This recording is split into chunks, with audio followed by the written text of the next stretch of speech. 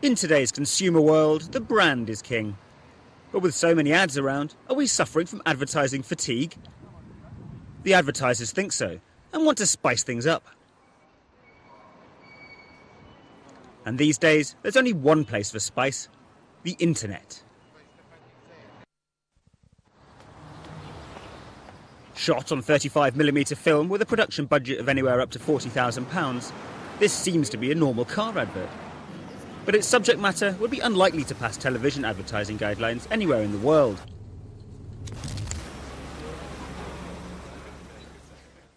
It appears calculated to offend as many people as possible. Volkswagen have obviously denied commissioning, making or funding it, saying they will sue the people who did. So where did it come from? Obviously VW would like to tell us that they had nothing to do with it, and maybe they didn't. We just don't know. And you know, this has happened before, where obviously it's in the large manufacturer's interest to put out something controversial, but then to say they knew nothing about it. The VW suicide ad is the latest and most controversial in a line of what's known as viral advertising. In January, the first ever viral awards were held to celebrate key players in the burgeoning industry. It sounds obvious, but it's something that's forgotten all too easily. Viral or buzz marketing relies on people finding the funniest ads on the net and forwarding them to their friends. The friends tell their friends who tell their friends. It's really the old-fashioned word-of-mouth marketing. You know, there's nothing that sells a product like a friend telling you it's great. Advertisers have realised that if they can attach their product message to an email that is sent by a friend to another friend, it carries an extra weight. It's more trustworthy than if it's simply an ad on television. There was a clip called Bad Day that went around years and years and years ago where a guy loses his temper with his computer and smashes the monitor to pieces and throws it down and kicks it. Now, everybody had seen that clip when it went round. So it didn't take much of a leap of imagination to think, well, hang on, if you stick a brand and attach a brand to that, then, you know, gold dust.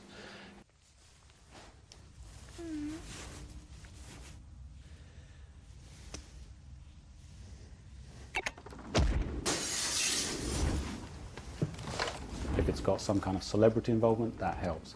If it's funny, that obviously helps. And increasingly, there's this thing about, is it controversial? Is it close to, I mean, on the internet, the boundaries of taste are somewhat broader than they are on TV. And viral emails often go close to those outer boundaries.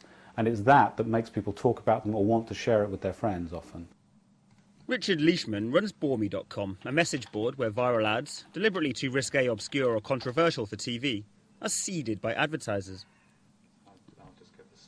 The idea is people come here and forward the best clips to their friends. To him, the more controversial an ad is, the better. The VW suicide bomber ad has received hundreds of thousands of hits on the web, and despite the brouhaha, Richard feels it will have done the VW brand no harm at all.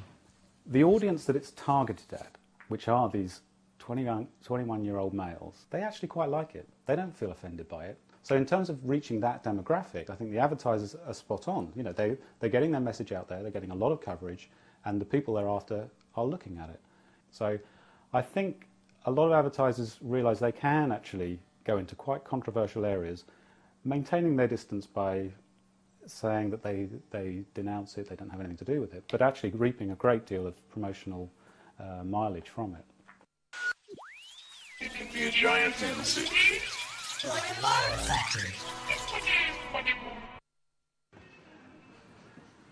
The Viral Factory is one of the world's leading producers of viral adverts. They've won numerous awards, including a Gold Lion at Cannes, for their creative and humorous ads. For them, like other viral advertisers, the far edges of taste often prove to be the most successful. Next up then, the Ukrainian pair, Mosienko and Bubka, going for their fourth Trojan gold. Bubka much bigger than last year, an impressive... This is one of the ads that has won so many awards for the Viral Factory. It's part of a series of online videos for Trojan condoms. Cleverly aping the BBC coverage of the Athens Olympics, it has a far from BBC feel. There's the spread. Oh, and there's the hoik. Now, can he hold it? Can he hold it? Surely he'll get 3 lights. Yes, he has! Brilliant! Unbelievable scenes here. Mosienko still casting a daunting shadow across the sport of pelvic powerlifting. You generally receive these from people you know, and I think that's absolutely crucial. You know, I think we couldn't get away with half of what we get away with if it was the company that was distributing it, actively distributing it, but it's not. It comes from your mate. Therefore, your mate takes a certain amount of responsibility for you having seen it, and I think that alone is why people are far less sensitive to what they see in virals than they are perhaps to what they see in TV commercials. The Viral Factory also made a series of adverts for Ford that depicted an evil car. One involved a computer-generated cat having its head cut off. Like the suicide bomber ad, it too caused a stink. Did you do the one with the head being cut off? Might have done. Because Ford are trying to distance themselves from that, weren't they, for a little while? I think, yes, they were, yeah. Absolutely. It probably better not talk about it, to be honest. Okay. More and more companies are climbing on the viral wave. Even the Green and Conservative parties in the UK have plans to use viral marketing in the next election. And controversy or nay, viral marketing is set to grow and grow.